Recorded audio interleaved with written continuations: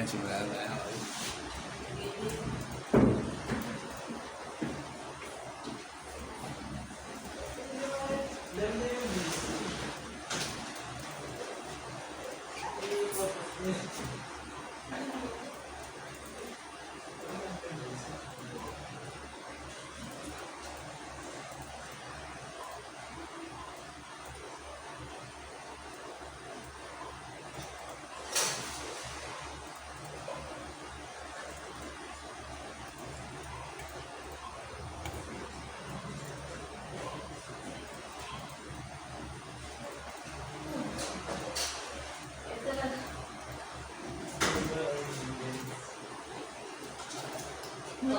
Isang ano.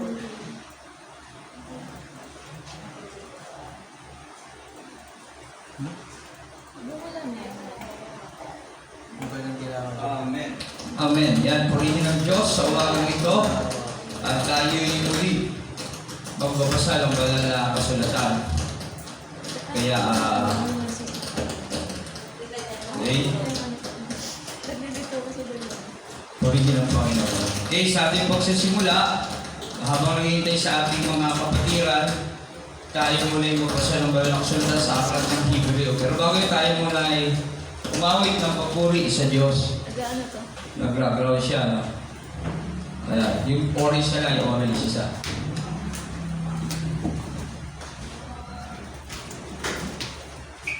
Amen. Yan. Sige, tayo umawit, Brother Joshua, bago tayo magbasa ng banal na kasulatan habang naghihintay sa ating mga kapatiran. Tuloy natin yung aklat ng Hebreo. Kasi tapos na tayo sa Pilimon. Ngayon, nasa aklat ng Hebreo na tayo. Okay, tayo muna yung lahat ay tumayo at tayo umawit ng papuri sa ating Diyos. At parangalan natin ang nag-iisang Diyos natin kinikilala sa ating buhay nito. Awitan natin siya. Pupurihin ka, O Diyos. Hallelujah. Salamat sa iyo, aming Panginoong Jesus. Ikaw lang ang aming Diyos. Maliban doon, wala nang iba. Pupurihin ka namin, Panginoon, sa aming mga tinig, sa aming mga buhay na ito. Salamat sa iyo. Hallelujah. O, purihin ka, Panginoon. Ang aming pagsamba ay tanging sa iyo lamang iaalay. Ang aming parangal ay para sa iyo. Pupurihin ka, O Diyos. Hallelujah. Ang aming alay ay pagsamba, kaluwalhatian, buong karangalan, kapangyarihan mo'y walang katulad. Pupurihin ka, O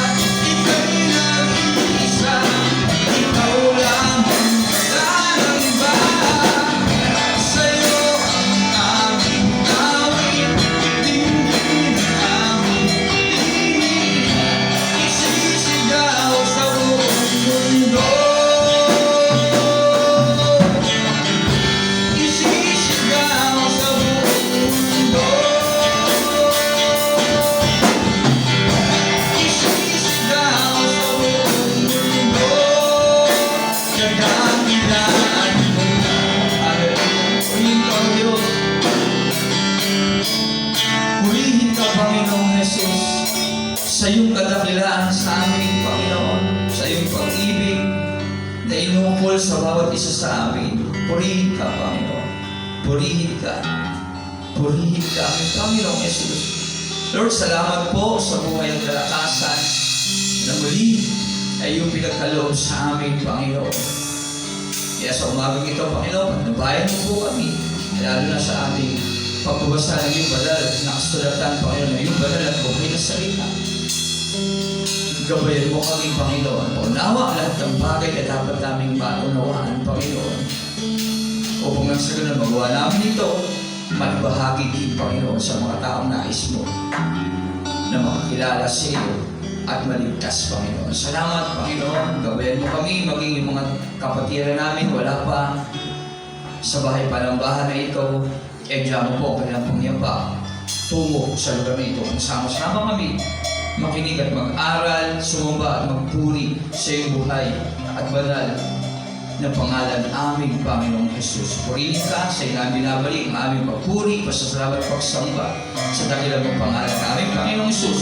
Sa aming kapagligtas. Amen. Amen. Pagpapalaki ng Diyos, purihin ang ating Panginoong Jesus.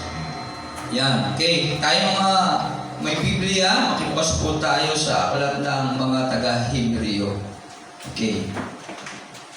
Hebreo.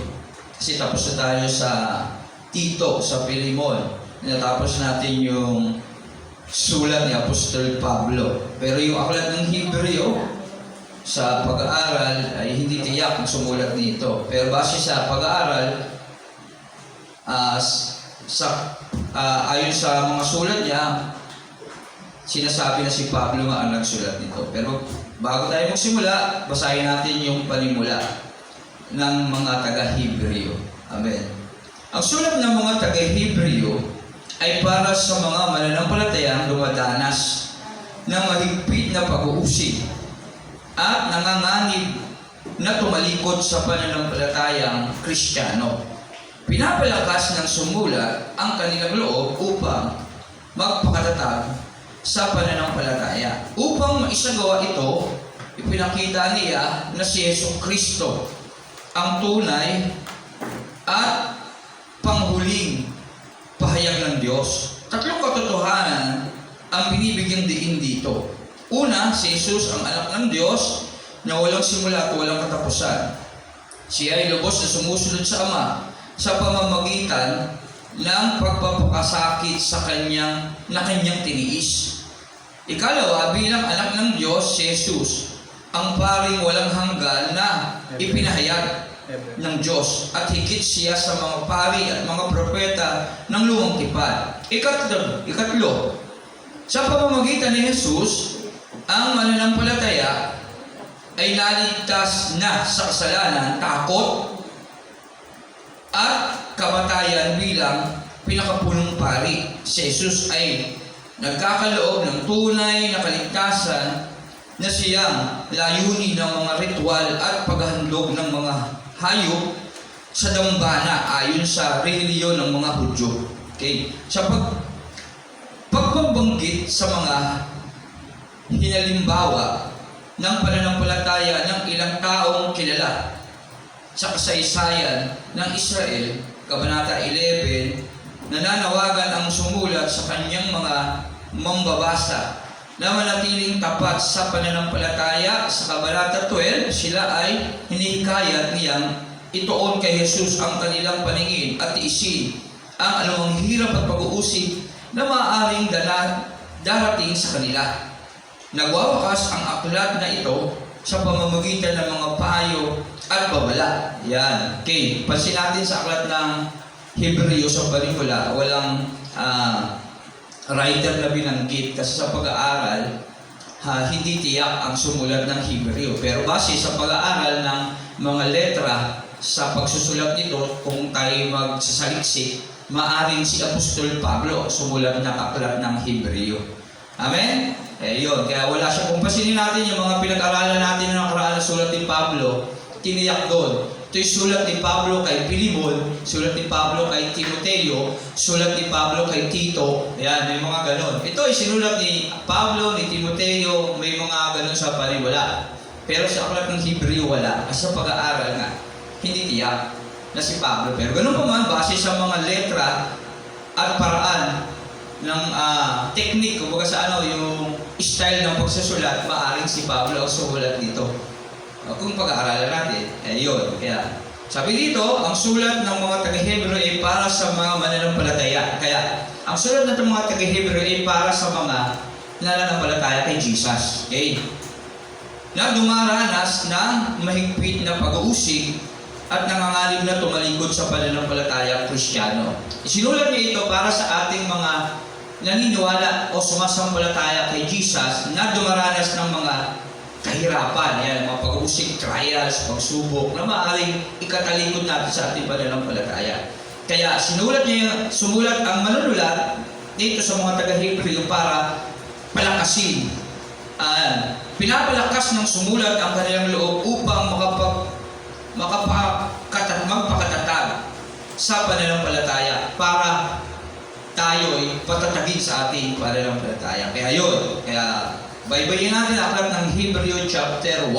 Ang title niya, Nagsalita ang Diyos sa pamamagitan ng kanyang anak. Sino ba yung anak ng Diyos na tinuturing dito sa aklat na ito? Si Jesus, walang iba. Okay, kaya basahin natin Hebrew chapter 1, verse 1. Pero bago yun, may bago tayo bisita. Anong pangalan niya?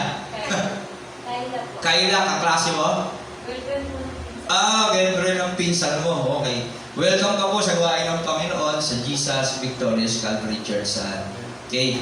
Ito ay sambahan ng mga taong may personal na relasyon sa Diyos. Okay. Okay, yun lang. Okay, sa ngayon. At mamaya na tayo magpatuloy para sa ating bisita sa ating pagpupuri. Okay. Hebrew chapter 1, verse 1. Noong una, sabi rito, ang title niya, Nagsalita ang Diyos sa pamamagitan ng kanyang anak. Sabi ng sumulat, nagsalita ang Diyos sa pamamagitan ng kanyang anak. Wala namang ibang anak. Si Jesus Christ, ang nag-iisa anak ng Diyos. Noong una, nangusap ang Diyos sa ating mga ninuno sa iba't ibang panahon at sa iba't ibang paraan sa pamamagitan ng mga propeta. Pero bago yun, tayo muna yung manalangin. Lord, salamat po sa umagang itong muli kami ay magbabasa, magbubulay-bulay ng iyong banal at buhay na salita at mabayan mo po kami, Ama. Ipadala mo po sa amin ang iyong banal na Espiritu upang sa amin, Panginoon, ay maghayag ng katotohanan at kinalaunay magdulot sa amin ang aral na maaaring bahagi namin, Panginoon, sa iba. Pangunahan mo kami, gabayan, Panginoon, upang higit namin itong maunawaan, lalo na, Panginoon, ang mga bagay na kinakailangan namin gawin. Purihin ka, sa namin pinabalik ang aming parangal at papuri sa pangalan ng Jesus. Amen. Palakpakan muli natin ang Diyos. Sa Diyos ang lahat ng parangal at papuri sa ating Panginoong Jesus. Yan. Noong una, nangusap ang Diyos sa ating mga ninuno sa iba't ibang panahon, sa iba't ibang paraan sa pamamagitan ng mga propeta. Kasi noon, nakakausap natin ng Diyos sa mga tao din na ninuno natin sa mga propeta. Hindi kasi tayo pwedeng rekta sa Diyos. Kaya gumagamit ang Diyos ng mga tao para makapag-ugnayan sa atin. Kaya yun ang sabi niya, noong una, nangusap ang Diyos sa ating mga ninuno. Sino ba yung ninuno natin? Na sabi ng Hebreo, ito ay sulat sa mga mananampalataya. Sino ba yung ninuno ng mga mananampalataya? Sino? Si Abraham. Yan, si Abraham. Kilala niyo ba si Abraham? Siyempre, kilala na. Sa ating bisita, si Abraham, ang ama ng pananampalataya natin. Ito kasi ang Hebrew, sinulat ng manunulat sa mga sumasampalataya sa Diyos. Okay. So, ibig sabihin ng sumasampalataya, yung mga tao lumalapit sa Diyos. Yung kumikilala sa Diyos. Kasi sabi ng Hebrew 11, ang sino mang lumalapit sa Diyos ay dapat sumampalataya may Diyos. Kaya ito ay sinulat sa mga taong sumasampalataya. Mga taong lumalapit sa Diyos. Okay? Tama po ba? Noong una, nangusap ang Diyos sa ating mga ninuno sa iba't ibang panahon at sa iba't ibang paraan. Yan. Gumagawa siya ng kaparaanan para magkaroon tayo ng relasyon sa Kanya, ugnayan. Kaya gumamit siya ng mga tao at yun yung ating mga ninuno para maparating din sa atin ngayon. Kaya nga naisulat itong mga aklat ng banal na kasulatan. Okay? Ngunit itong mga huling araw, siya nagsalita sa atin sa pamamagitan ng Kanyang anak. sa pamamagitan ng anak ay nilikha ng Diyos ang sanglibutan at siya ang pinili tagapagmana ng lahat ng bagay. Sabi rito, itong mga huling araw, tayo ngayon kasi nabubuhay na sa mga huling mga araw. Yan, at namusap ang Diyos sa pamamagitan ng kanyang anak. Sino yung anak na yung tinutukoy doon?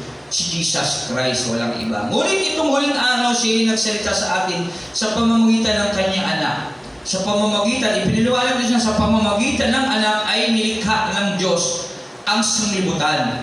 So yun siya, sa pamamagitan ng kanyang anak, ito ding anak na ito ay ang lumikha ng sanglibutan ito. At siya ang piniling tagapagmana ng lahat ng bagay. Pinakikilala ng manunulat na yung anak na yun, o si Jesus Christ, ang lumalang ng lahat dito sa sanlibutan o ng sanglibutan ito. At siya ang piniling tagapagmana ng lahat ng bagay. So, pinasabi ng manunulat ng Hebrew na ito na lahat ng mga ng bagay ay ipinapamana sa anak. Walang iba kundi ating Panginoong Hesus. Okay? Ang anak ang maningning na sinag ng Diyos. Si Jesus ang maningning na sinag ng Diyos.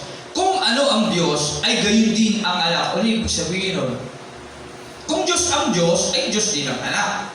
Tama po ba? Kaya hindi natin pwedeng sabihin si Jesus ay tao lamang. Kasi siya, kung ano ang Diyos, ay gayon din ang anak. So ibig sabihin, si Jesus na anak ng Diyos ay Diyos talaga. Siya ang nag-iingat sa lahat ng bagay sa pamamagitan ng kanyang makapangyarihang salita. Pagkatapos niyang linisin tayo sa ating mga kasalanan, siya umpo sa kanan ng makapangyarihang Diyos doon sa langit. Yun. Okay? Pinakilala niya sa 3 na ang anak na ito ang maningning na sinag ng Diyos. Yung kaliwanagan ng Diyos. Yan. Kung ano ang Diyos, gayon din ang anak. Kung Diyos ang Diyos, Diyos din yung anak. Siya ang nag-iingat sa lahat ng bagay. O siya ang nangangalaga sa lahat ng bagay sa pamamagitan ng kanyang makapangyarihang salita. Yan. Pagkatapos niyang linisin tayo sa ating kasalanan, kasi Jesus Christ dumating sa mundo, nagkatawal tao, at namatay sa krus, nilinis yung ating mga kasalanan. Ayan, tayo ay sa ating mga kasalanan, siya ay umupo sa kanan ng makapangyarihang Diyos doon sa langit. Ngayon, nandoon na siya sa langit na mamagitan sa Diyos at sa atin. Kaya si Jesus Christ, yung mediator natin sa Diyos. Kasi hindi tayo pwedeng didirekta sa Diyos. Hindi tayo pwedeng maging tignan ng Diyos. Bakit? Palagay nyo, kapag wala si Jesus, hindi tayo pwedeng tignan ng Diyos. Dahil sa ating kasalanan. Hindi tayo titignan ng Diyos, bahal ng Diyos eh. Hindi tayo pwedeng lumapit sa Kanya. Nakakalapit lang tayo sa pamamagitan ng ating Panginoong Hesus. Tinitignan tayo ng Diyos na si Jesus yung nasa sa atin. Kaya tayo mga mananampalataya na naniniwala sa Kanya, nagiging matuwid tayo sa paningin ng Diyos, hindi dahil sa atin, kundi dahil sa ating Panginoong Hesus na pinaniniwalaan natin o pinananampalatayaan natin. Kaya tayo tinitignan ng Diyos, hindi tayo ang tinitignan ng Diyos, kundi si Jesus na nasa sa atin na pinapanampalatayaan natin. Ganun po yun. Ang anak ay ginawang higit na dakila kaysa mga anghel. Sabi rito, ang anak nito o si Jesus Christ ay ginawang higit na dakila kaysa mga anghel. Tulad ng pangalang ibinigay sa kanya ng Diyos ay higit na dakila. Kagaya ng pangalan na ibinigay sa kanya ng Diyos ay higit na dakila. O bakit naging dakila yung pangalan na ibinigay sa kanya ng Diyos? Sa ating mga pag-aaral ng mga nakalipas, sa mga naririto palagi kapag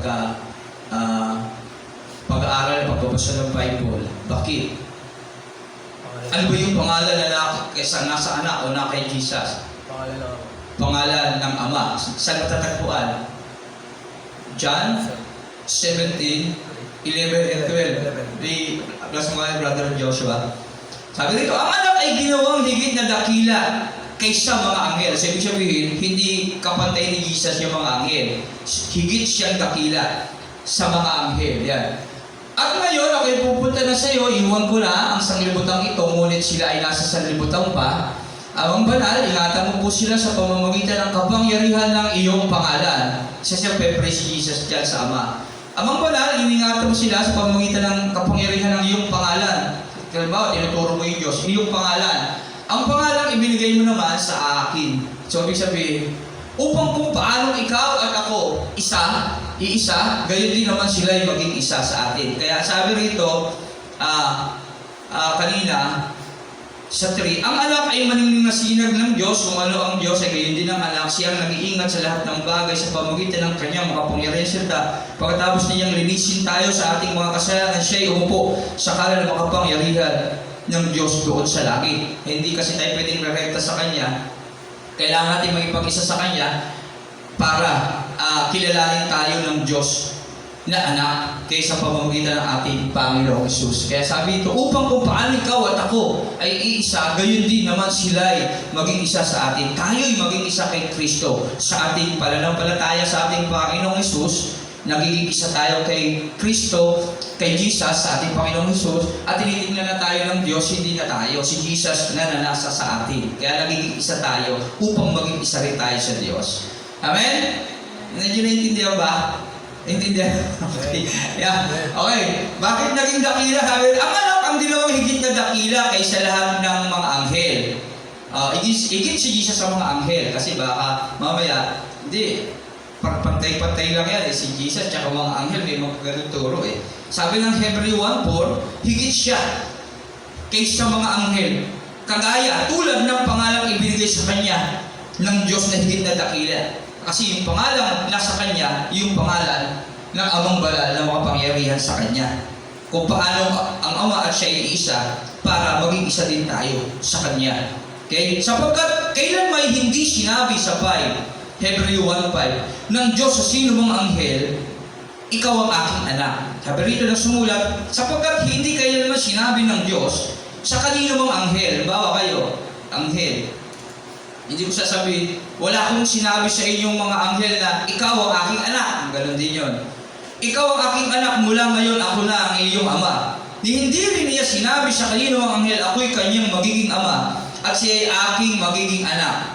At nang isusugo na ng Diyos ang kanyang panganay na anak, si Jesus na yung tinutukoy, pero nung isusugo na, padadala ng Diyos ang kanyang panganay na anak, dito sa mundo, sa sanlibutan, ay sinabi niya, dapat siyang sambahin ng lahat ng anghel ng Diyos. Ibig sabihin, nung isusugo niya na si Jesus Christ sa mundo, sinabi niya, itong anak ko na ito, dapat siyang sambahin ng lahat. Kasi ang Diyos, ang makapangyarihan sa lahat, dapat siyang sambahin ng lahat ng anghel ng Diyos.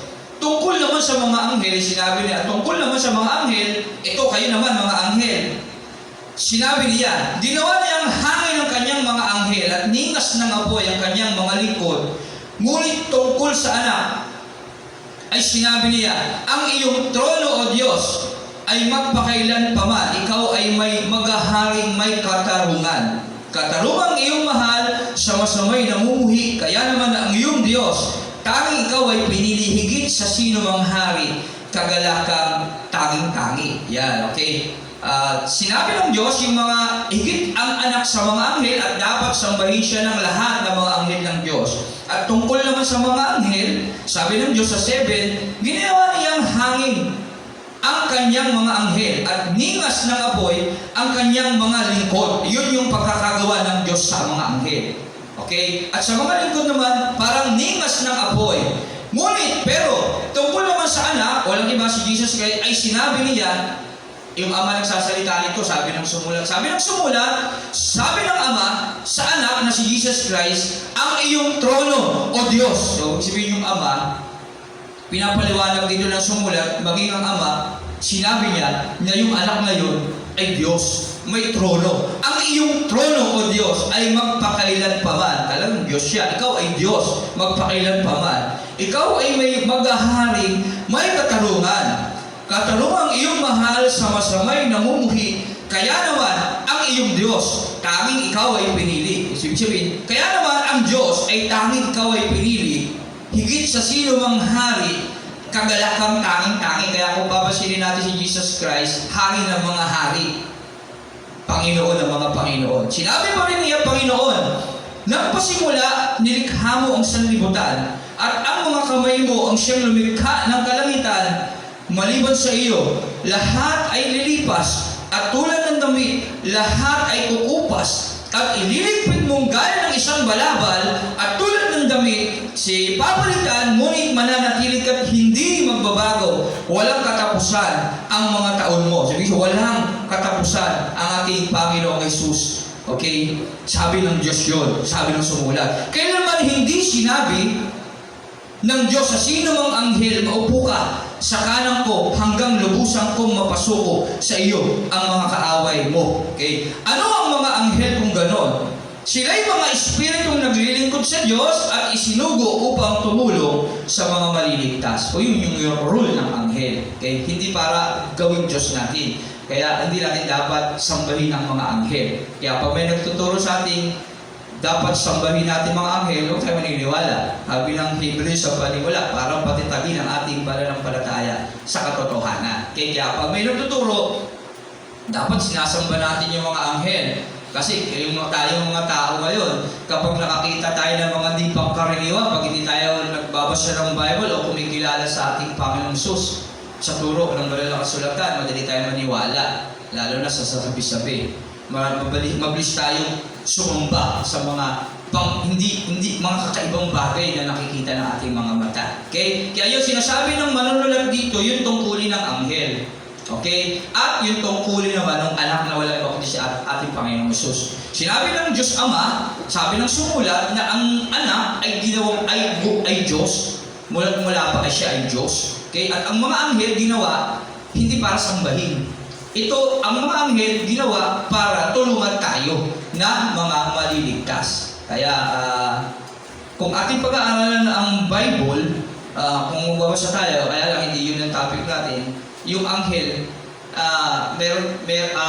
yun lang yung role niya talaga sa buhay natin, yung tulungan tayo. At maraming mga klase anghel kung ating pag-aaralan, kaya napakahalaga na babasa tayo ng Bible para hindi natin maunawaan ito. Kinig sa mga nagtuturo. Okay? Pero ito lang kasi muna yung ating topic, yung aklat ng Hebreo. Dito lang tayo magpo-focus. Okay, yan. Ipiniliwanag dito ng manunulat na ang anak ay Diyos. Ang anak ay maningning na sinag ng Diyos. Kung ano siya, kung ano ang Diyos, ganoon din ang anak. Kaya yung ating pagkakilala sa ating Panginoong Jesus, dapat Diyos ang turing natin sa Kanya. Okay? Na dapat nating sambahin, dapat nating paramalan, at higit sa lahat dapat tayong makipag-isa sa Kanya. Kasi walang taong pwedeng maging malinis sa paningin ng Diyos kung hindi dumadaan sa ating Panginoong Jesus. Tama po ba? Sabi ng John 14:6, sinabi ni Jesus, ako ang daan. Sige, Brother Joshua. John 14:6. Si Jesus Christ kasi ang nagiging dahilan para kinikilala tayo ng Diyos na anak. Yan. Sumagot si Jesus, ako ang daan, katotohanan at ang buhay. Walang makapupunta sa Ama kundi sa pamamagitan ko. Kasgas na to sa mga mananampalataya. Pero kailangan natin sabihin para karagdagang kapaliwanagan sa anak ng Diyos. Okay? Si Jesus Christ ang nag-iisang daan patungo sa Ama. Kaya sabi rito ng Hebreo, siya ngayon ay nasa kanang trono ng Diyos. Siya yung nagiging mediator. Siya yung nagtanggol sa atin sa Diyos. Dahil sa Kanya, napapatawad tayo sa ating mga kasalanan. Yung namatay siya sa krus at muling nabuhay, na wala na yung harang, yung kasalanan yon na nagiging dahilan ng paglayo natin sa Diyos na nangyari yun nung panahon ng paglikha kala Eva at Adan. Yung time na sumuway ang tao sa utos ng Diyos kasi ang kasalanan pagsuway, ibig sabihin pagsuway. Kasi meron tayong tungkulin na dapat gawin.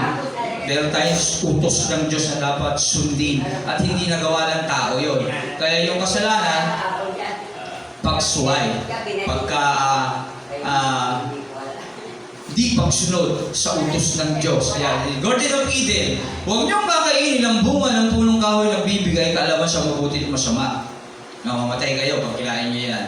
Kaya hindi nila sinunod ng Diyos, bagkus namuhay sila sa sarili nila, nagdesisyon sila sa sarili nila, kinain nila yung bunga.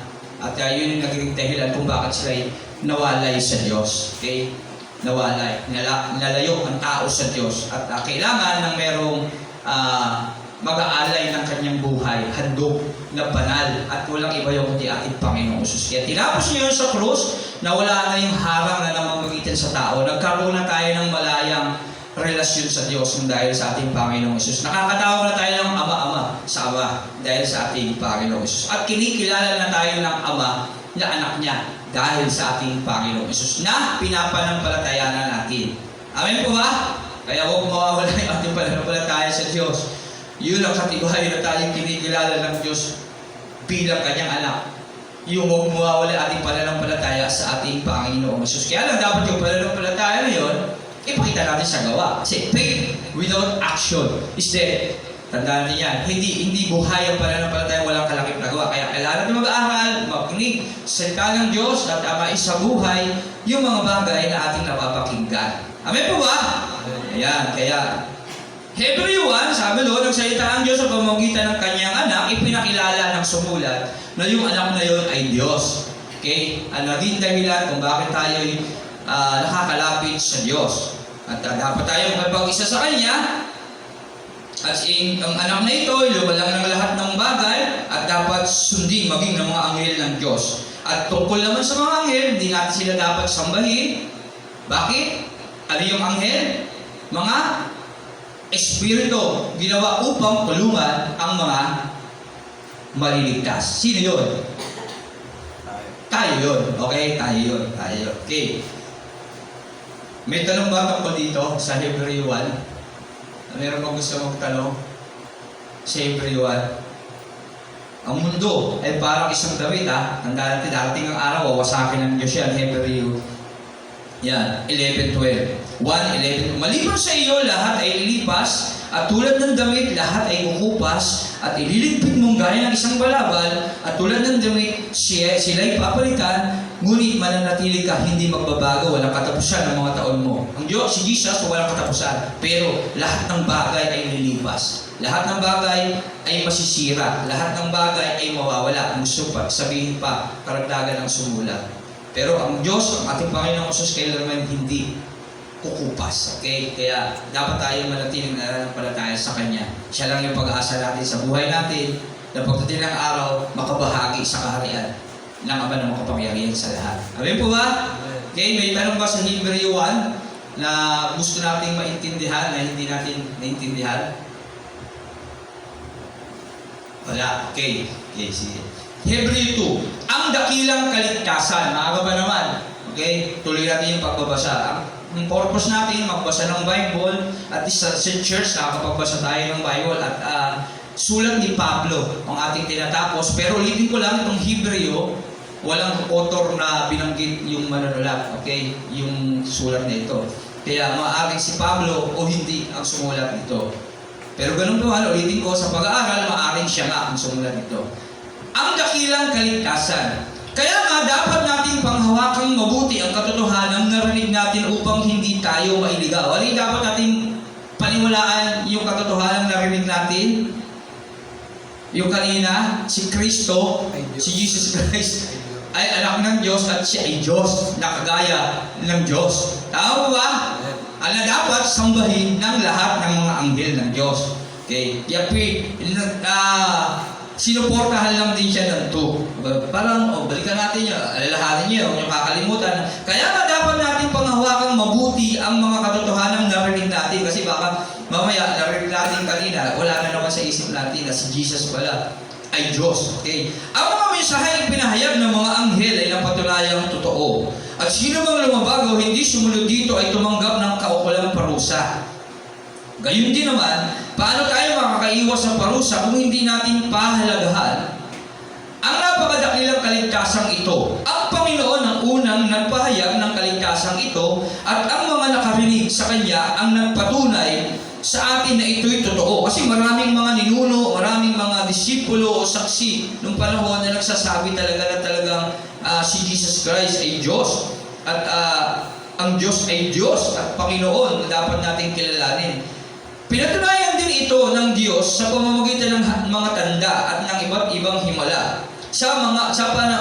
pamamagitan ng mga kaloob ng Espiritu Santo na ipinamahagi niya ayon sa kanyang sariling kalooban. Hindi sa mga anghel, ipinamahala ng Diyos ang sanlibutan kanyang lilikhain.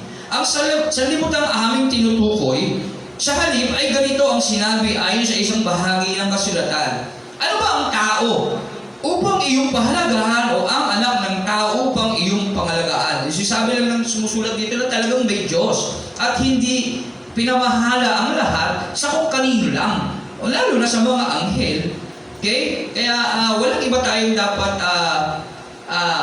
tignan kundi ang ating Diyos. Hindi sa mga anghel pinamana sa 5, pinamahala ng Diyos ang sanlibutan kanyang lilikhain, ang sanlibutan aming tinutukoy. Sa halip ay ganito ay sinabi ayon sa isang bahagi ng kasulatan. Ano ba ang tao upang iyong pahalagahan o ang anak ng tao upang iyong pangalagaan? Sa sandaling panahong siya ginawa mong mas mababa kaysa mga anghel, pinuspos mo siya ng dangal at ng luwalhati at ipinasakop mo sa kanyang kapangyarihan ang lahat ng bagay. Nang ipasakop mo, pasakop ng Diyos ang lahat ng bagay sa kapangyarihan ng tao, walang bagay na hindi pinailalim sa Kanya. Sa kasalukuyan, hindi pa natin nakikitang napapailalim sa Kanyang kapangyarihan ng lahat ng bagay. Subalit alam natin si Jesus, kahit na sa kaunting panahon, ginawang mas mababa kaysa mga anghel. Bakit? Kasi dumating si Jesus Christ dito, siya bilang Hebreo 1, anak siya ng Diyos at siya'y Diyos. Pero siya'y dumating bilang tao na anak ng karpintero ni Joseph. Tama po ba? Hindi siya mayaman, mahirap siya. Dapat Diyos siya, makapangyarihan. Dapat siya nga gumawa ng sanlibutan. Dapat aarihin niyang kanya lahat ito. Okay? Pero hindi. Yan. Sabi dito, sino ba ang tao upang iyong pahalagahan? Yan. Kaya sa sandaling panahon, ipinasakop ng Diyos ang lahat ng bagay sa kapangyarihan ng tao. Walang bagay na di pinailalim sa Kanya. Sa kasalukuyan, hindi pa natin nakikitang napapailalim sa Kanyang kapangyarihan lahat ng bagay. Subalit alam natin si Jesus, kahit sa kaunting panahon, kasi hindi naman si Jesus nagtagal dito nung muling nabuhay. Ginawang mas mababa kaysa mga anghel. Ay binigyan ng karangalan at kaluwalhatian dahil sa Kanyang kamatayan. Dahil sa kagandahang loob ng Diyos sa atin, niloob niyang si Jesus ay mamatay para sa ating lahat. Sa pamamagitan ng mga pagtitiis siya ginawang ganap ng Diyos at nang sa gayon ay makakapagdala siya ng maraming tao patungo sa kaluwalhatian. Ito'y dapat lamang gawin ng Diyos na lumikha na nangangalaga sa lahat ng bagay sapagkat si Jesus ang tagapanguna ng kanilang kaligtasan. Okay? Si Jesus ang nagpapabanal sa mga tao. Ito sinasabi natin kanina, nagiging matuwid tayo sa paningin ng Diyos dahil kay Jesus Christ. Ang kanyang ama at ang ama ng mga taong ito ay isa. Kaya hindi niya ikinahihiyang tawagin silang mga kapatid. Sabi-sabi, yung ama ni Jesus at ama natin, isa lang, hindi ang ama ng makapangyarihan sa lahat ang Diyos. Sinabi niya sa Diyos, mga ginawa mo ay ihahayag ko sa aking mga kababayan. Sa gitna ng kapulungan, ikay papupurian. Bakit? Kasi nung dumating si Jesus Christ, wala naman siyang ibang sinasabi kundi yung Diyos na nagsugo sa Kanya na dapat kilalanin ng lahat. Sinabi rin niya, ako'y mananalig sa Diyos at dugtong pa niya, narito ako at ang mga anak na kaloob sa akin ng Diyos. Dahil sa ang mga anak na tinutukoy niya ay tao, naging tao rin si Jesus.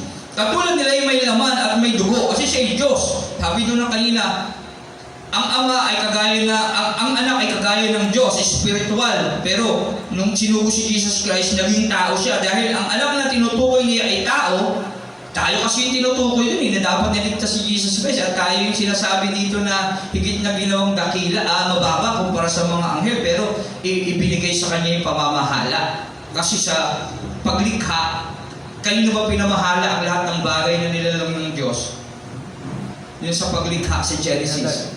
Kaya mababa kasi tao siya. Yung mga anghel, makapangyarihan yan. Sa pag-aaral, isang wasiwas lang, espada ng anghel, kaya pumatay ng 50,000 kataong mandirigmang malalakas. Sa digmaan, kung tutubusin. Pero yung tao, dahil pinamahala sa kanyang lahat ng bagay, at mas mababa siya kumpara sa anghel. Kaya sino ba siya? Kaya sinasabi dito, na tayo kasi ay mga anak din ng Diyos.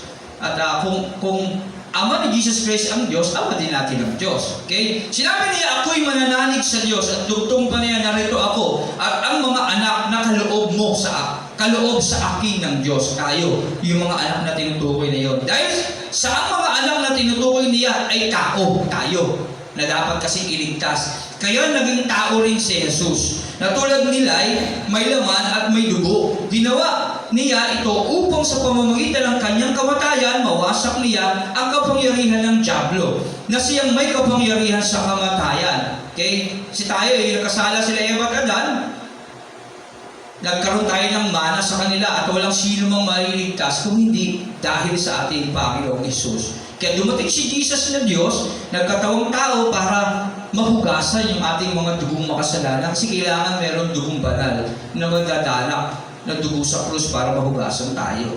At si Jesus Christ yun. Bakit? Bakit tayo tao, makasalanan? Bakit si Jesus Christ tao, walang kasalanan? Bakit? Sa tingin nyo? Kasi kailangan mahugasan yung dugo nating makasalanan ng isang dugo na banal. Tao si Jesus Christ. Iyon yung tanong. Paano natin papaliwanag yun? Paano tayo magiging kalugod-lugod sa Diyos? Yung sabi kasi ng sumulat dito, na ginagawa tayong kalugod-lugod sa Diyos ni Jesus. Kasi dugo natin, may minana na kasalanan sa ninuno natin sa paglikha. Dahil hindi sumuway ang tao sa Diyos. Kaya kailangan meron dugong mababayubay na banal. Bakit naging banal si Jesus Christ? Siya ay tao din, kagaya natin, na naging tao. Bakit? Sa ating mga pag-aaral, mga nakaraan, sa mga nandito palagi, paano natin papaliwanag yun? Wala? Paano mo nasasabi, di ba, ang kailangan gawin, mahugasan yung ating mga dugong makasalanan. Kailangan merong isang dugong banal na mamamatay sa krus para mahugasan tayo. Ngayon, paano naging dugong banal si Jesus Christ? Tao siya. Di ba? Kasi tayo tao. Hindi tayo pwede lumapit sa Diyos na tayo lang. Kasi tayo yung makasalanan. May mana tayo sa ating ninuno, sa paglikha. Ngayon, paano tayo mahugasan? Si Jesus ay tao din. Naging tao.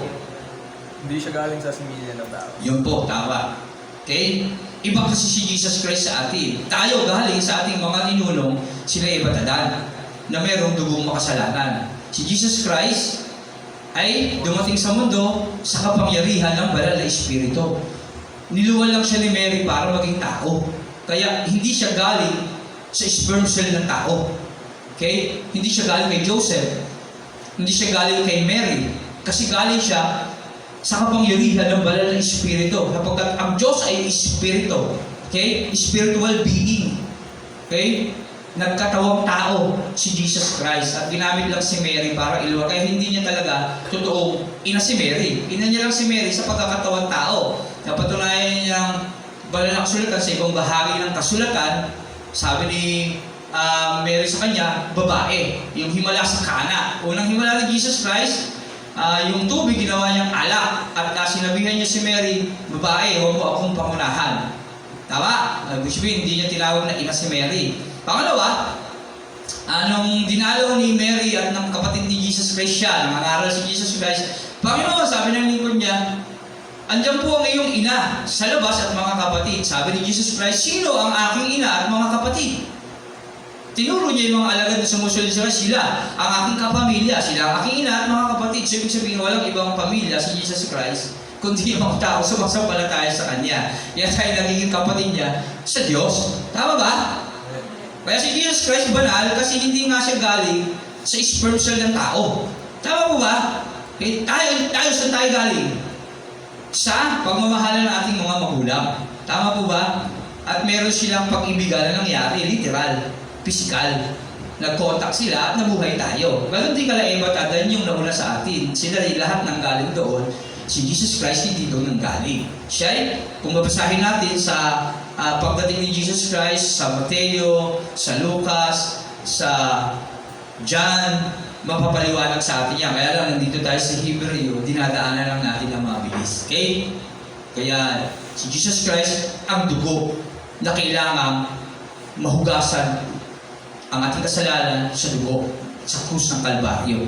Okay? Dahil siya lang ang handog na walang bahi. Kasi yung dugo na napakahalaga na maalay para mahugasan yung ating mga kasalanan na mana sa ating mga ninunod. Dahil doon, nagkakaroon tayo ng malayang relasyon sa Diyos. Kaya sabi ng Hebrew 1, si Jesus Christ nandoon sa kanang trono ng Diyos, lagi tayong pinaglalaban sa Ama, pinagtatakpan sa Ama. Bakit? Kasi tayo sumasampalataya na sa Kanya. Nagiging isa tayo sa Kanya sa pamamagitan ni Jesus Christ. At yung Ama, tinitingnan tayo, hindi ako. Halimbawa ako, si Ronnie. Hindi na si Ronnie tingin sa akin ng Diyos. Si Jesus na nabubuhay na sa buhay ni Ronnie. Okay? Kaya ako tinitingnan na ng Diyos, hindi dahil ako yun. Kundi dahil nakikita niya sa akin si Jesus Christ na sinampalatayaan ko sa aking buhay. Tinanggap ko sa aking puso. Okay po ba? At doon tayo kinikilala ng Diyos na anak niya. Dahil kay Jesus Christ na panampalatayaan natin at tinanggap natin sa ating mga buhay. Amen? Nawa, naiintindihan natin. Amen? Dahil sa mga anak na tinutukoy niya ay tao, naging tao rin si Jesus. At tulad nila, may laman. Kaya si Jesus Christ may dual nature. May tao at Diyos. Tama po ba? Sa anong talata natin makikita yun? Sige, kaya bang hanapin, Brother Joshua? Likas kay Kristo ang pagka-Diyos kahit siya'y nasa katawang pagtao. Likas. Colossus 2:9. Colossians chapter 1 verse 15. Ito, isa pa yun. Sa 14 verse din yun. Tignan natin mamaya. Ano yung Colossus? Colossus Chapter 1:15, Brother Joshua. Si Kristo ang larawan ng Diyos na di nakikita. Siya ang panganay na anak at pangunahin sa lahat ng mga nilikha. Siya ang larawan ng Diyos. Kaya kung hanapin mo ang Diyos, si Jesus, makikita natin ang Diyos sa pamamagitan ni Jesus. Ano ba? Try mo nga sa Colossus 2:9, Brother Joshua. 2:9. 2:9. Colossus 2:9. Okay. Ayan. Sapagkat likas kay Kristo ang buong pagka-Diyos. Kasi gusto natin paliwanag, si Jesus Christ may dual nature. Kahit nandito na siya sa mundo, siya ay 100% God, 100% man. Likas, sapagkat likas kay Kristo ang buong pagka-Diyos, kahit na siya ay nagkatawang tao. Sabi, hindi naman nawala yung pagiging Diyos niya nung siya ay naging tao. Ang sabi lang ng Pilipos 2:6, Brother Joshua, kahit siya ay likas at tunay na Diyos, hindi niya ipinagpilitang manatiling kapantay ng Diyos. 7. Ano wala? Sa halip, kusa niyang hinubad ang pagiging kapantay ng Diyos at naging katulad ng isang alipin. Ipinanganak siya tulad ng karaniwang tao at nang si Kristo ay maging tao, nagpakumbaba siya at naging masunurin hanggang kamatayan. Maging ito man ay kamatayan sa cross. Okay? Intindihan lang, mas lalong lumiliwanag na siya. Okay? So, ibig sabihin, si Jesus Christ kahit Diyos, meron siyang bunga ng banal na Espiritu. Ano? Self-control. Ang bunga ng Espiritu ay pag-ibig, katatagan, kasama, kahinahunan, pagpipigil sa sarili. Pwede naman niyang angkinin yung pagiging Diyos kasi Diyos siya pero hindi. Pigil sa sarili niya kasi kailangan niyang sumunod sa Ama na makapangyarihan sa lahat. Sa misyon na dapat niyang gawin. Yun yung hugasan tayo sa ating pagkakasala. Okay? Meron siyang self-control. Hindi niya pinapilitang manatiling pantay ng Diyos. Tayo kaya dapat na kagaya din ni Jesus Christ na self-control, kaya dapat may bunga. Yung banal na Espiritu may bunga. Tayo may self-control. Kasi tayo, pride of life, yan yung bunga ng kasalanan eh. Pride of life. Ayaw natin mawala tayo ng trabaho. Kasi may hirapan ako. Hindi na lang ako muna mag-church. Okay? Napasok yung pag-church. Yun. Kaya dapat meron tayong pagpipigil sa sarili. May bunga kagaya ni Jesus. Okay? Napatunayan lang natin, pinutunayan lang kasi natin na si Jesus Christ hindi naman nawala yung pagiging Diyos nung siya nagkatawang tao. Pinutunayan ng mga talata sa banal na kasulatan. Amen? Balik na tayo sa Hebreo, chapter 2, verse 14. Tandaan niya, Colossus 1:15, si Kristo ang larawan ng Diyos hindi na nakikita, na hindi natin nakikita. Dahil sa ang mga anak ay tinutukoy niya ay tao, naging tao rin si Jesus at tulad nila ay may laman at may dugo. Ginawa ito upang sa pamamagitan ng kanyang kamatayan ay mawasak niya ang kapangyarihan ng dyablo na siyang may kapangyarihan sa kamatayan. Yan. Kasi yung kasalanan, yan, ang kabayaran ng kasalanan ay kamatayan. Yung kasalanan na yun. Dahil sa udyok ng dyablo na yun, kala Eva at Adan sa atin hanggang ngayon, naudyokan pa rin. Yun doon yung kapangyarihan ng kamatayan. Okay? Ang kabayaran ng kasalanan ay kamatayan. Ngunit, ang libing kaloob ng Diyos ay buhay na walang hanggan sa pamamagitan ng ating Panginoong Hesus. Kaya namatay siya sa krus. Kaya binigyan niya tayo ng kaligtasan na kapatawaran ng kasalanan. Kasi pag napatawad ka ng ating Panginoong Hesus sa kasalanan mo, o magkakaroon kang buhay na walang hanggan. Pero kapag hindi ka magkakaroon ng buhay na walang hanggan. At pinalaya niya ang lahat ng tao habang panahon, inalipin ng takot sa kamatayan. Bakit ba natatakot ang taong mamatay?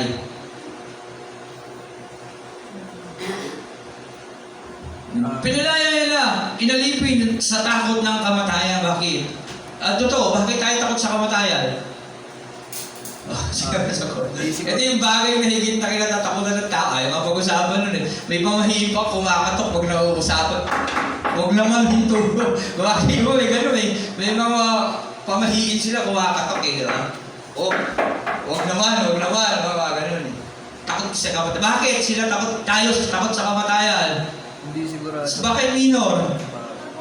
Yun, may paghuhog kasi. Tama, okay. Takot, hindi kasi alam kung saan siya mapupunta. Ayun ang totoo.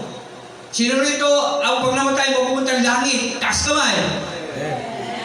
Ba't iba hindi tumaas? Hindi sigurado, di ba? Makasalanan ako.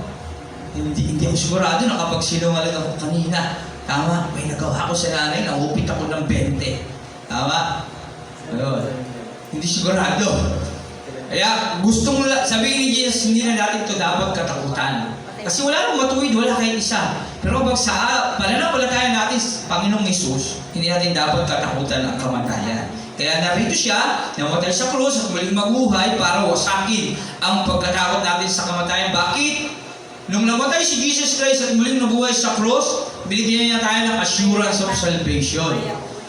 Ang sino man, sabi ng John 3:16, gayon na lamang ang pag-ibig ng Diyos sa sanlibutan, ibinigay niya ang kanyang bugtong na anak upang ang sino man individual yun, sa kanya'y sumampalataya, hindi mapahamak, kundi magkakaroon ng buhay na walang hanggan. Kaya, kung ikaw may pananampalataya kay Jesus, ba't ka matatakot mamatay? Kung gayon, alam mo naman ang patutunguhan mo pagdating ng araw. Tama mo ba? Kasi yung buhay natin, hindi lang dito tayo, ha? Hindi yung kapag namatay ka, pag mabuti ka. Dito ka lang sa mundo. Parang magre-reincarnate ka lang, bubuhayan ka lang walang gano'n sa banal na kasulatan. Kahit ulit-ulitin mo yung Bible.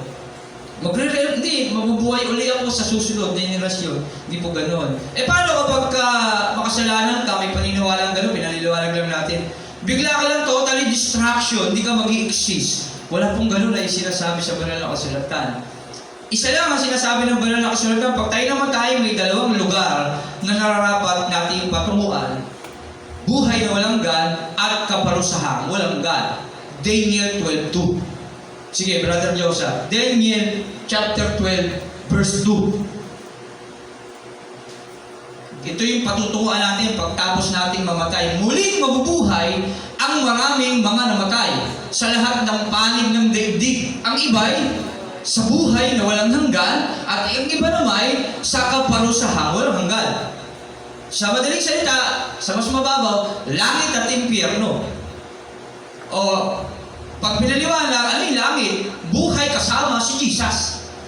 Okay? Ano yung impyerno? Buhay pinarurusahan magpakailanman. At hindi din hari si Satanas doon. Kaya mali yung paniniwala, pag ako namatay, napunta sa iyo, papalitan kong hari si Satanas doon. Uukupahin ko yung impyerno, walang hari doon kasi yun ay ginawa para parusahan ng diablo. Para lang kay Satanas yun at sa mga kampo niya sa mga fallen angel na sumuporta sa kanya nung panahon ng digmaan sa langit. Okay? Ginawa ang impyerno para sa kanila, hindi para sa atin. Kaya nga dumating si Jesus Christ para sagupin tayo sa pagpunta sana sa impyerno. Kaya lang, sabi ni Isaias, kung binuksan lamang nila ang kanilang mga mata at pinakinggan ang mga sinasabi, nakarinig at nakakita, sana sila. Kaya tayo ngayon, nandirito, nakikinig ng salita ng Diyos.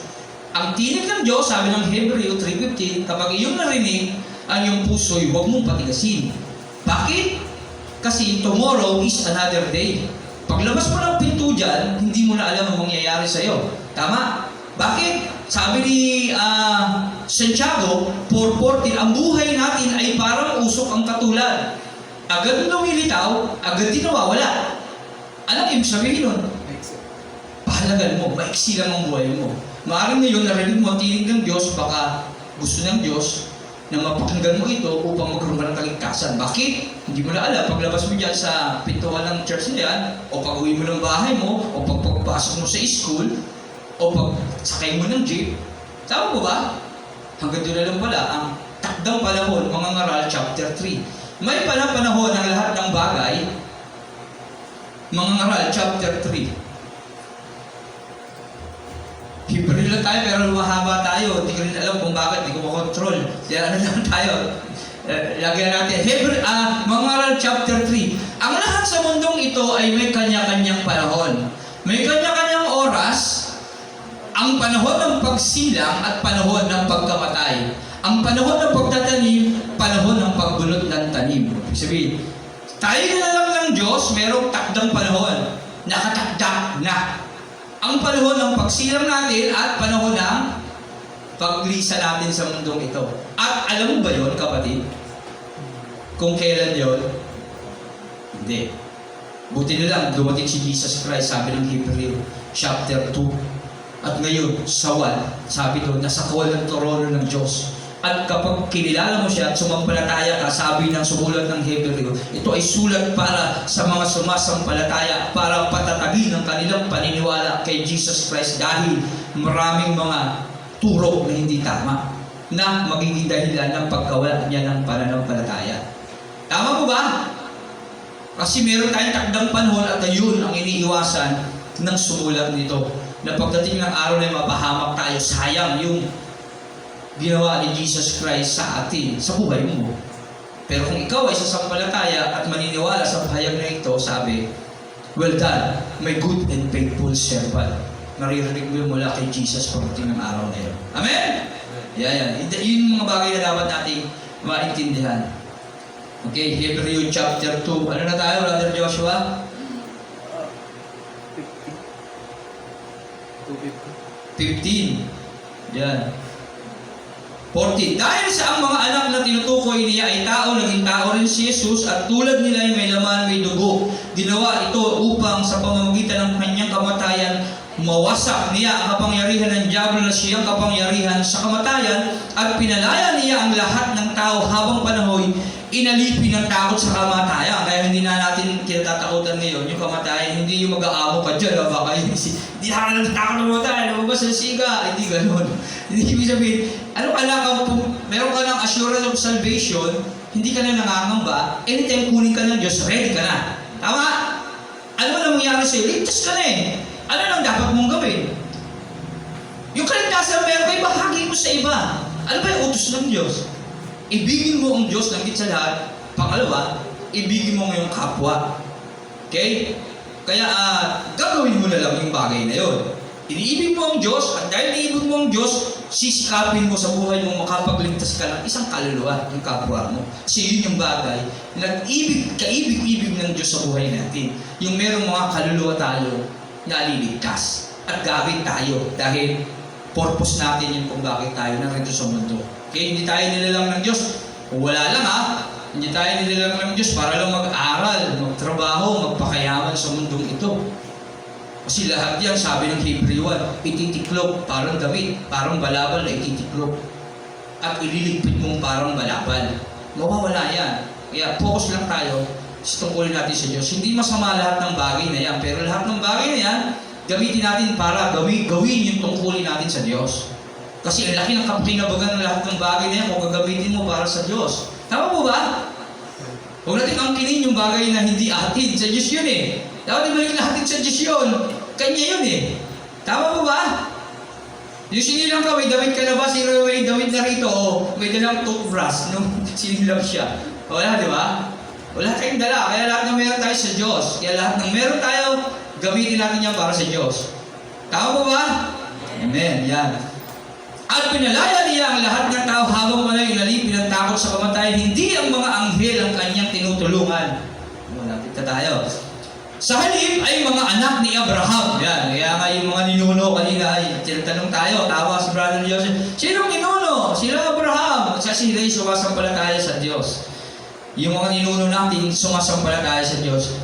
Kasi ang tunay talaga ng mga magpamilya, sa totoo lang, yung pag-aaral natin ng Sunday, halimbawa, sa pamilya ko totoo, dito sa physical, nanay ko, tatay ko, totoo silang pamilya, tama? Sa spiritual, totoo silang pamilya. Kung sila ay sumasampalataya din sa Diyos. Pero kung hindi ko sila tunay na pamilya. Ang sakit kasi ng salita ng Diyos sa totoo lang. Ang salita ng Diyos ay buhay at mabisa. Mas matala sa alinmang tabak na magkabilang talim. Ito'y tumatago sa ikabuturan ng puso. Kasukasuhan, buto. Nakakaalam ng iniisip at pinabalak ng tao. Wala tayong itatago sa Diyos, lahat ay hayaan at ilatad sa Kanya. Hindi natin totoong kamag-anak yung mga kamag-anak natin ngayon. Kung hindi sila sumasampalataya sa ating Panginoong Hesus. Yun ang malinaw na sinasabi ng Bible. Ang tunay na Hudyo, yung mga nabago sa isip puso ng Diyos.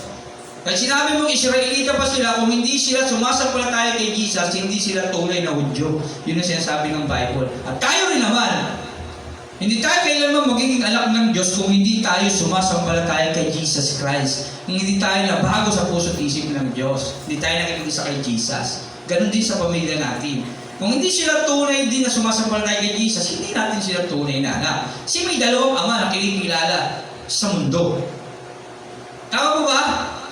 At sino yung ama na yun? Yung? Diyos at ang Diablo. Kaya, ama natin ang Diyos. At sabi ng kasulatan, aman nyo ang Diablo. Ang Diyos ang inyong ama. Kaya yun ang dapat nating malaman. Pero hindi ako may sabi doon. Litin ko lang, ang banal na kasulatan na dapat binabasa natin para maintindihan natin. Amen? Kaya, kilala natin, sumampalataya sa ating Panginoong Hesus, gaya ni Abraham na ating ninuno. Kaya kinakailangang matulad siya sa kanyang mga kapatid sa lahat ng paraan. Sa gayon, siya ay naging isang pinakapulong pari, mahabagi, at tapat na naglilingkod sa Diyos at nag-aalay ng handog para mapatawad ang mga kasalanan ng tao. At ngayon, matutulungan na niya ang mga tinutukso sapagkat siya man ay nakaranas ng pagtukso at paghihirap. Si Jesus Christ ang naging modelo natin.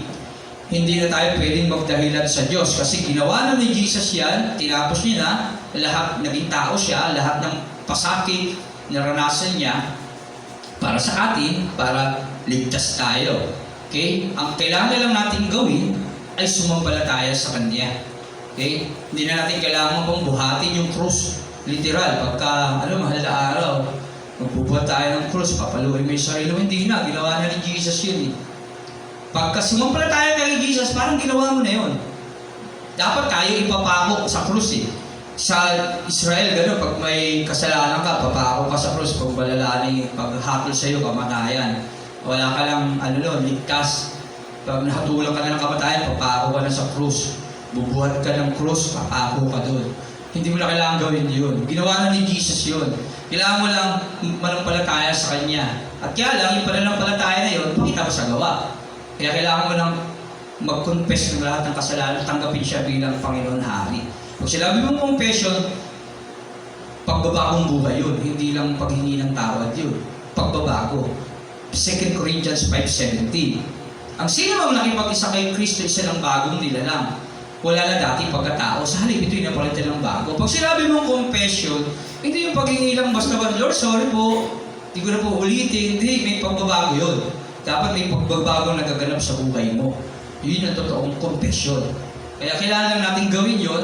Pag ginawa mo yun, parang ginawa mo na din yung ginawa ni Jesus Christ literal.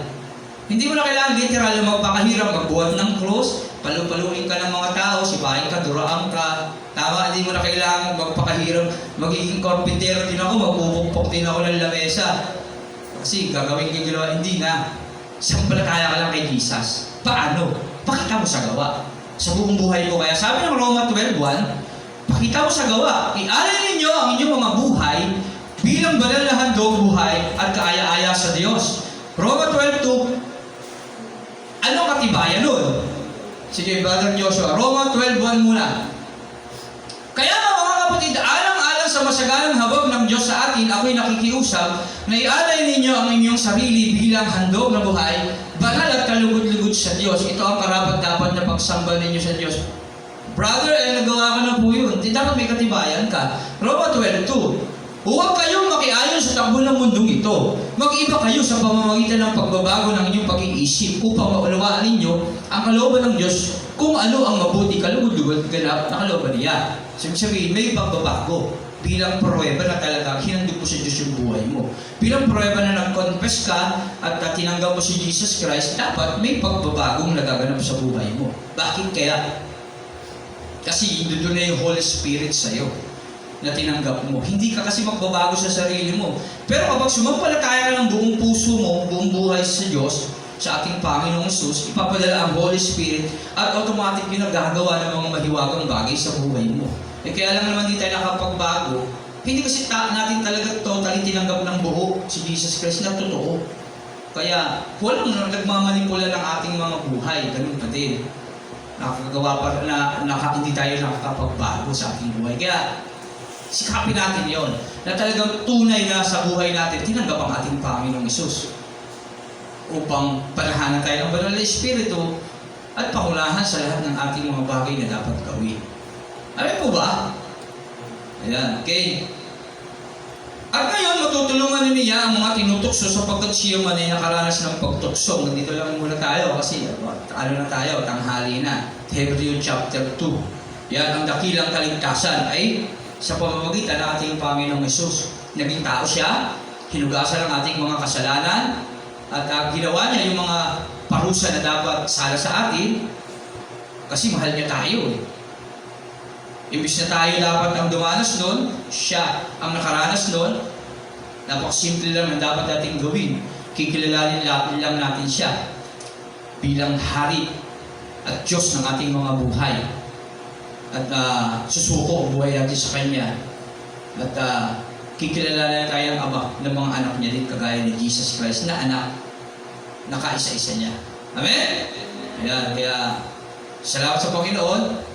Sa umagang ito, sa Hebrew 1:2. Nawa, sundan pa natin ito sa susunod na linggo. Tapusin natin yung aklat ng Hebrew. Napakagandang sulat ng Diyos para sa atin. Kasi itong Bible, iniwan itong sulat ng Diyos para sa atin. Dinamit yung mga manunulat para makilala natin ang Diyos. Okay? Walang ibang sasabihin ito kundi si Jesus. Kung tayo magbabasa mula Old Testament to New Testament, walang ibang sasabihin niya kundi si Jesus. Si Jesus na dapat natin tanggapin sa ating mga buhay. Okay? Kailangan natin basahin, pag-aralan ang banal na kasulatan upang mas higit na makilala natin ang dapat na Diyos na kinikilala natin. Amen? Meron ba tayong gusto itanong sa umagang ito sa mga ating binasa? Ang dakilang kaligtasan, nagsalita ang Diyos sa pamamagitan ng kanyang anak. Hebrew 1:2. Baka may gusto kayong itanong. Ayan. Sa ating mga tinalakay, sa ating mga nabanggit, baka meron kayong hindi na intindihan doon at gusto mo linawin. Parang nagugulo lang, Pastor. Kanina sinabi mo na pwede kayo magtanong.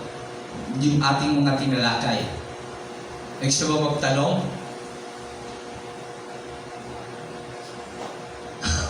Wala lahat nakaintindi. Amen. Pero pagkakal natin ang Panginoon. Dapat nakaunawa. Wala lang nakatanong. Okay. Ang dakilang kaligtasan natin, binanggit dito sa Hebreo 1, na sabi ng sumulat, sinabi ng Diyos, si Jesus ay Diyos. At dapat siyang sambahin ng lahat ng anghel. Kaya huwag tayo sasamba sa anghel. Si Jesus lang. Wala lang iba. Kasi ang purpose ng anghel, sila yung mga espiritong nilalang para tumulong sa ating mga tao na sumasampalataya kay Jesus. Ulitin ko lang. Pag sinabi mo sumasampalataya kay Jesus, ano ka? Kapamilya. Kapamilya ng Diyos. Mananampalataya. Okay, yan. Kasi bakit napakalagang mananampalataya ka? Kasi yung mga mananampalataya lang ng Diyos ang pamilya ng Diyos. Kapag hindi ka mananampalataya ni Kristo, ni Jesus, hindi ka naniniwala si Kristo ay Diyos, sabi ng Hebreo, iba ang mo. Ayun lang yun. Hindi mo pamilya ang Ama na makapangyarihan sa lahat o ang Diyos. Masakit pakinggan. Grabe naman kayo, Pastor. Lalo na yung tatay ko, hindi ko kapamilya yun. Ayoko naman mag-church. Yun po ang tunay. Literal, dito sa mundo, tayo magkakapamilya. Pero pagdating sa spiritual, natin totoong buhay, kasi tayo mga spiritual being, naniniwala ba kayo doon? Tayo mga spiritual being ng mga tao. Nilalang tayo ng Diyos eh. May hininga tayo ng buhay. Tandaan natin yan. Yes, galing spiritual tayo. At tayo dapat sa kawa ng Diyos. Okay? Kaya dito lang tayo sa mundo magkakapamilya. At lahat ng taong mananampalataya kay Kristo, sila yung mga tunay talaga na magkakapamilya ng kapamilya ng Diyos. Yung ating mga literal na pamilya natin sila sa laman dito. Pero kung hindi sila sumasampalataya sa Diyos, hindi natin sila tunay na kapamilya. Halimbawa, ako yung kapatid ko, kapatid ko siya sa laman. Pero kung hindi siya sumasampalataya kay Kristo, hindi ko talaga siya kapatid. Tama po ba? Nawa. Tanggap natin yan sa ating mga buhay. Yun yung sinasabi ng banal na kasulatan. At anong dapat natin gawin? Para maging tunay natin silang kapamilya. Paano? Share natin sila ng ating mga nalaman ngayon. Kasi kawawa naman sila kapag napahamak sila sa impyerno na pagdadalahan sa dyablo. Ang impyerno, paliwanag mo na maiksi, ito yung lugar kung saan ka paparusahan magpakailanman. Revelation 21:8, Brother Joshua.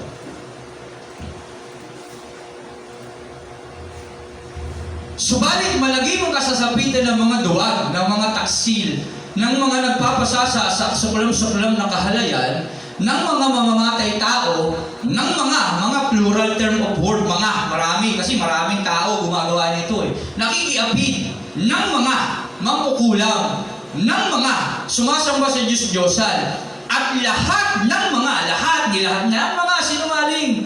Ang magiging bahagi nila, ano yung impyerno? Lawa na nagliliyab na asupre. Nakita na kayo ng bulkan? Yung lava niya, yung sa pelikula, di ba? Yung baga na parang tubig na di mo maintindihan, putik na lumiliyab.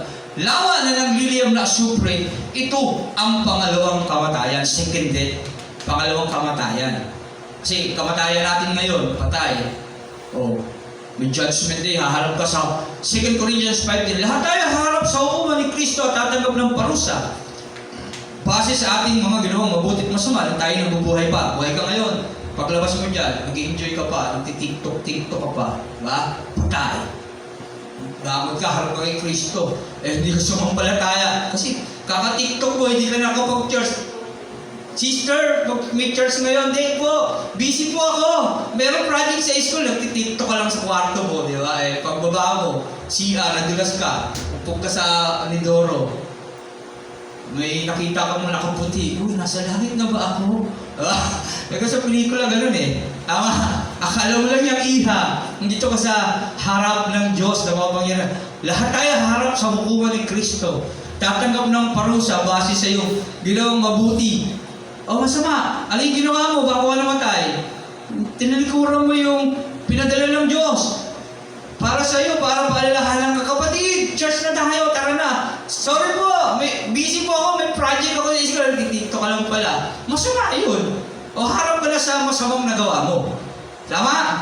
Kasi mabuti, masama, lahat tayo haharap sa hukuman ni Kristo, paparusahan sa dalawang mabuti at masama, magkaiba. May separation na sa dalawang ginawa mo. O sa masama ka at meron doon parusa. Ayun yun. Lawa ng nagliliyab na asupre. Ito ay pangalawang kamatayan. Okay? Yun yung dapat natin malaman. Kaya ang impyerno, lawa na nagliliyab na asupre, pangalawang kamatayan. Kasi pag namatay ka, mabubuhay ka. Daniel, muling mabubuhay. Ang mga namatay, bubuhay ka niyan. Pupunta ka sa destinasyon mo. Sa ibang pag-aaral, yan, dadaling ka ng mga anghel sa lugar sa nararapat sa iyo. Sa Lucas 16:19, pwede rin natin basahin, magkaroon tayong idea kung ano yung mangyayari sa atin, sa ating mga tahanan, reviewin natin yun. Kaya, pinapakita lang. Si impyerno, lawa, ng naglilib na supre, dagat-dagatang apoy sa ibang bahagi ng kasulatan. Pag napunta ka ron, puro apoy na dagat. Miliyaw. At sabi ng Marcos, may mga uod na buhay na hindi rin namamatay. Na nandoon sa iyong katawan. Habang nasusulog ka. At yun ay dagat. Pag sinabi mong dagat, sino nakasakay ng barko? Dito. Pagka nasa dagat ka na, pag dinignan mo yung dagat, parang walang katapusan, yung dilim nga, palalo paggabi, doon ka na pang gitna nun. Dito, wala kang mapupuntahan. Ganun ang impyerno. Kaya mahirap. Kaya nga sabi niya, subalit malagim. Nakita niyo yung word na ginamit, malagim. Dapat kang kilabutan dyan. Malagim yan. Pag sinabi mong malagim, kahindig-hindig. Hindi, nakakatakot lang. Sobrang nakakatakot. Kakilakilabot. Ultimo sa panaginip, hindi mo na naising mapunta dyan. Kaya napakahalaga ng banal na kasulatan ng salita ng Diyos. Ang tinig ng Diyos, kapag narinig mo, ang iyong puso, huwag mong patigasin. Hanggat ang araw ay matatawag pang ngayon. Kasi ngayon, binigyan tayo ng pagkakataon ng Diyos makinig, samantalahin na natin yung pagkakataon. At tanggapin natin sa ating buhay ang ating Panginoong Hesus. Amen po ba? Purihin ng Diyos, kasi bigyan tayo pagkakataon mapakinggan yung kanyang salita. Sa waging ito, palakpakan natin ang purihin ang ating Panginoong Hesus. Yun, dahil wala lang tayong tanong, paliwanag naman natin na yung dapat nating malaman, tuloy na lang natin next week yung aklat ng Hebreo 3. Tapusin natin siya hanggang saan ba yun? Hebreo 13. Tuloy lang naman. Pero linggo-linggo yun. Kasi wala na. Pagtapos ito, Hebreo, wala na. Parang Joshua sa kay Pablo. Babalik na tayo si John. Bukop dyan na tayo. Kaya, konti lang na may Hebreo. Pagtsagaan natin, every Sunday, agahan natin, 8:30, kaya sisimula, Bible reading. Tapusin natin yung New Testament. Lahat ng nagsulat. Okay? Tapos balik tayo naman sa Old Testament. Bigyan pa tayo ng pagkakataon ng Diyos. Amen?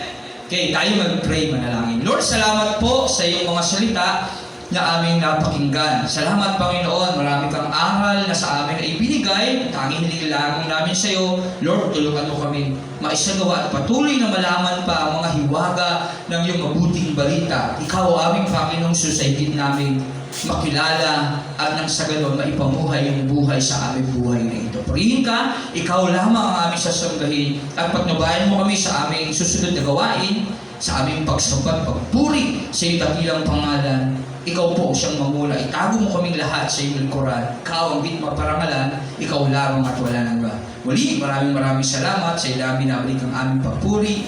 Pasasalamat pagsamba sa pangalan mo na aming tagapagligtas na si Jesus. Amen. Amen. Palakpakan natin ang Diyos at pwede na tayo magsiya bago tayo magsimulang magpuri sa ating Panginoong Jesus. Bilang Joshua.